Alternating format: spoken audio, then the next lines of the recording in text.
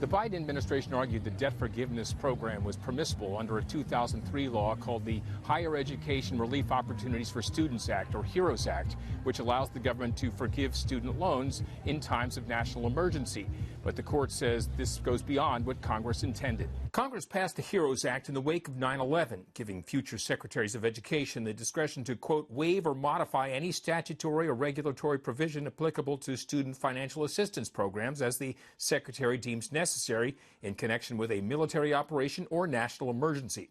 COVID-19 was a declared national emergency, but the court's conservative majority concluded Congress could not have intended for the law to be used to cancel $400 billion in debt without including more specific language. In such circumstances, we have required the Secretary to point to clear congressional authorization to justify the challenged program, wrote Chief Justice John Roberts. The HEROES Act provides no authorization. I think the court misinterpreted. The president today echoed the criticism of the three dissenting liberal justices who say the majority refused to accept that the law's broad delegation of power is likely what Congress wanted, and even if it's not the court's job to fix it.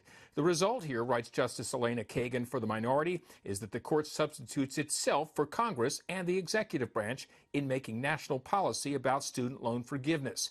But instead of overreach by the court, the Oklahoma congressional delegation sees the debt forgiveness program as overreach by the administration. This was a order done through the executive branch. There was no discussion with Congress. It is our responsibility to decide if we're going to use taxpayer dollars to pay that debt off. 172,000 Oklahomans were approved for student debt relief under the plan before legal proceedings put it on hold, now permanently. At the U.S. Supreme Court, I'm Oklahoma's own Alex Cameron.